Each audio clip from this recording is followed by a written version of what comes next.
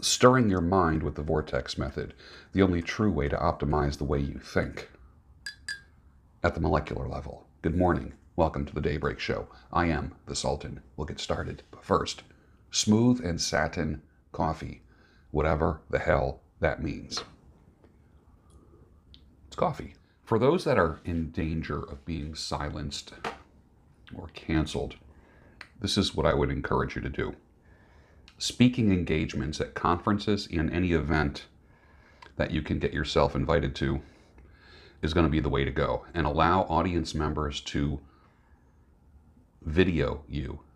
Don't put any limitations on that. If your message is strong and the right message, allow people to video you and then post it on their social media. That is the true method of going viral. When other people do that for you. And I'm speaking to the people who have been canceled on the various platforms. That's very important that you allow others to do that. And now you must kind of bootleg your way through. Some of my favorite concerts were concerts that when I was young, I snuck in a tape recorder. Phenomenal concerts. And for those of you that are into the bootleg culture, you know that some of the best versions of your favorite songs were bootleg recorded. In the future, bootlegging is going to be a thing. And thinkers will have their greatest hits circulating virally through bootleg recordings. That's important.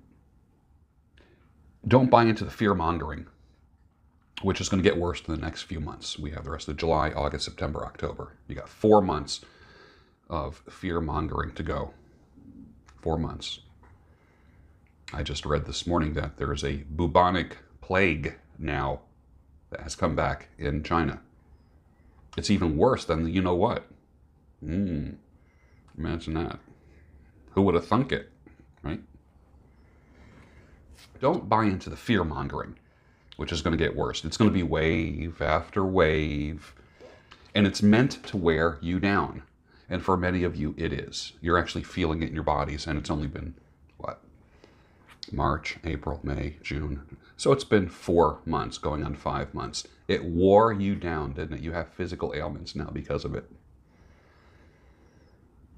Suck your stomach in. Chest out, shoulders back, head high. Turn off the news. Eat more meat. Less carbs. You're going to feel better. Get up in the morning.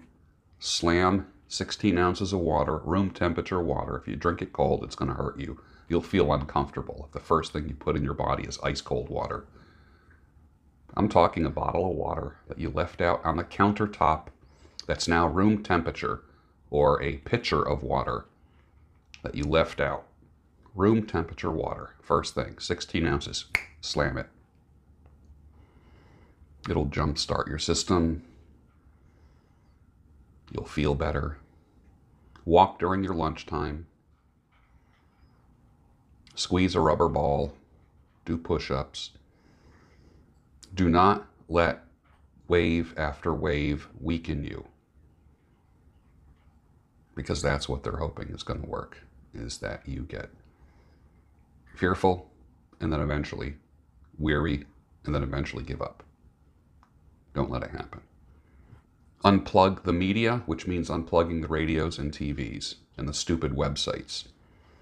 They are nothing but fear and anxiety delivery systems. The media hates you and wants you to be weak and die. Unplug them. Turn them off. You'll instantly feel better if you do a media fast. Believe me. It's not the ones that got rid of you, but the one that you got rid of because you thought there was someone better, or you were exercising your red pill sense. Gentlemen, let me tell you about overcorrection. A lot of guys try to flex their new, I can do it by myself muscles. And what do you end up doing? You end up throwing out people that might have been good for you, but you get all red-pilled up because you listen to a few YouTube channels that are firing you up. You need to be confident and competent. That's what red-pilled used to be. Confident in yourself and not giving yourself away. Not giving away your power, your wisdom, your discernment. You went wrong when you stopped believing in yourself. The governor of my state, Pennsylvania, just said masks may be required until the comes out. Are you going to get a... Now, there's another state that I don't want to live in. You will get the roll up your sleeve, mofo. If the thought of Kanye West as president ever crosses your mind, just watch the Freddie Mercury versus Kanye video again. That should snap you back to reality. Just remember, it's not as bad as they say it is. The fear and anxiety delivery system. I have to come up with a term for that. Fear and anxiety. F-A-A-D-S. The fads. Fear and anxiety delivery system. That's my new term for the media. The fear and anxiety delivery system. The fads. F-A-A-D-S. Turn it off. Build yourself up. Turn the TV off and turn yourself on. How's that sound? I like that much better. I love this sign outside of a cafe. Small coffee, $5. Small coffee, please, $3. Hello, one small coffee, please, $1.75.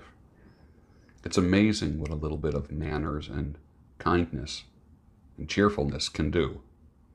And there's a nice graphic example of it. Obviously, the coffee is not $5 for a small coffee. Obviously. It just pays to be nice. It's an example. It's an exaggerated graphic example of how being nicer and kinder in this world, and I'm not talking about being a nice guy and the whole kinder, gentler nonsense, but just in life. Did you ever hold a door for somebody and they're surprised that you held the door for them? And they say, thank you. And your proper response is, you're welcome, not no problem. Eliminate that. Eliminate no problem from your vocabulary. The proper response is, you're welcome. And if you really want to throw them off, you're welcome. Have a great day. I do that at work all the time. People do not expect me to hold the door for them. I don't know if it's because of where I work, but it's amazing. And I'm a door holder. I love doing that. I see someone coming, I'll hang out an extra couple seconds. I do that. There are channels here on YouTube that say, never hold a door for anyone. Don't do anything nice for people. I can't live like that. Imagine that, walking around. Don't hold a door for anyone. Red pill guys, don't hold a door for a woman because they're going to think you're sexist and they can't get the door for themselves. You know who I hold the door open for? Human beings. Male, female, black, white, purple. I don't care. I hold the door open for people. I don't check their credentials or gender before I hold the door for them. It doesn't cost me anything. Yeah, but just wait till someday when it's... Shut up, dude. Shut up with the negative bullshit, please. Shut the hell up. Turn you off. I am a door holder, and I add have a great day on it. Just to freak them out. But a little bit inside of me says, you know what? You might be the only person in the world that's telling them to have a great day when the rest of the world is telling them, wear a mask, you might die, social distance. The world's going to end. And here you are, holding the door open. You're welcome. Have a great day. Imagine that. And if someone rejects that, that's really their problem, not yours. I'm getting an endoscopy tomorrow. Kind of like the opposite of a colonoscopy. Rather than going in through that way, they're going in this way. And I was kind of freaking out. My dad, who is a bluegrass musician, he told me once that when he had some surgery, that they might have nicked or touched his vocal cords, and that his voice changed. I know when I had, for lack of a better term, snore surgery back in the 90s, I had a sleep study done and found that I was only getting about 80% oxygen during the night. So they removed some soft tissue from my throat and from in my nose, and literally the oxygenation level went up. Literally went up.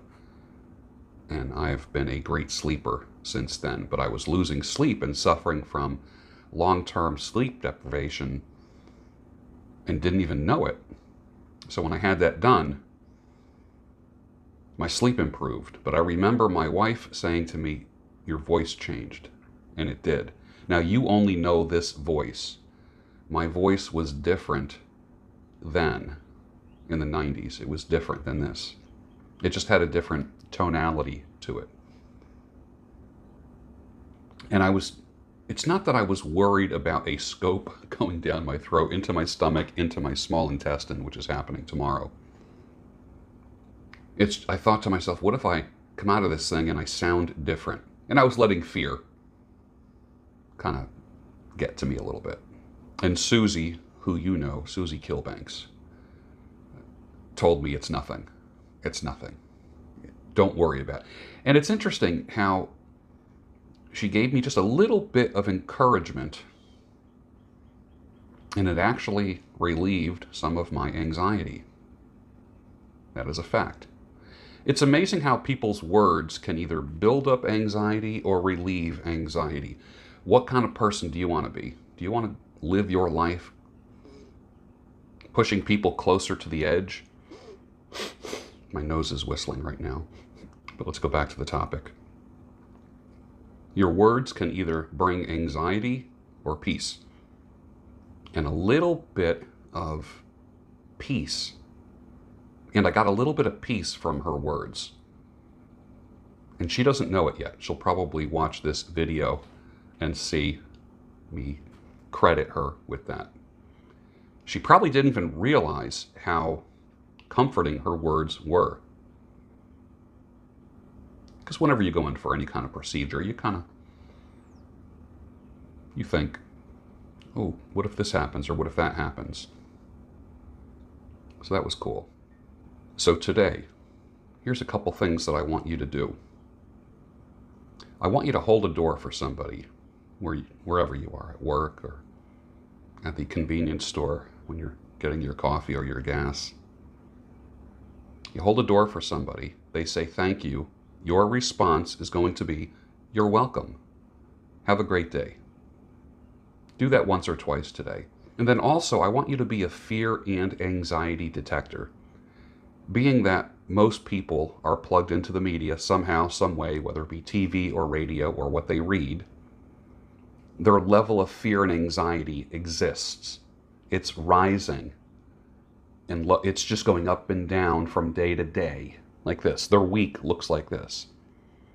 Not, of course, yours, because you allow sanity, clarity, and reason to rule your life. But this is what I want you to do. I want you to lower somebody's anxiety today because you are a fear and anxiety detector.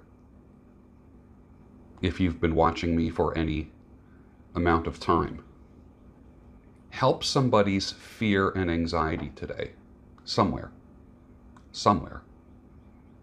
Let them know everything's going to be okay. Somehow, some way. Either in a text response, an email, a phone call, in person, with someone you know, with a stranger. And remember the weather report today. Widely spread positivity with zero chance of complaining. And with that, finish your coffee, and I'll see you tomorrow, I think, on the Daybreak Show, your home of sanity, clarity, and reason.